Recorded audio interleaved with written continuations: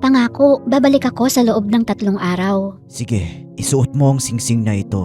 Sa sandaling hubarin mo ang singsing, makakabalik ka agad sa kastilyong ito.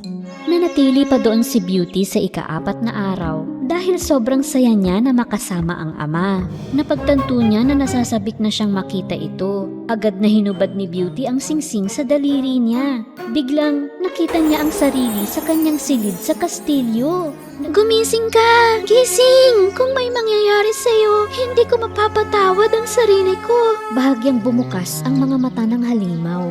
Sa sandaling iyon, lahat ay nabalot ng kumikinang na liwanag. Napatingin siya sa paligid at namangha sa nangyayari. Nang mapatingin siyang muli sa halimaw, nakita niya na may gwapong prinsipe doon.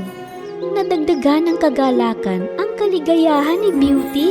Salamat sa kanyang kabutihan at pagmamahal.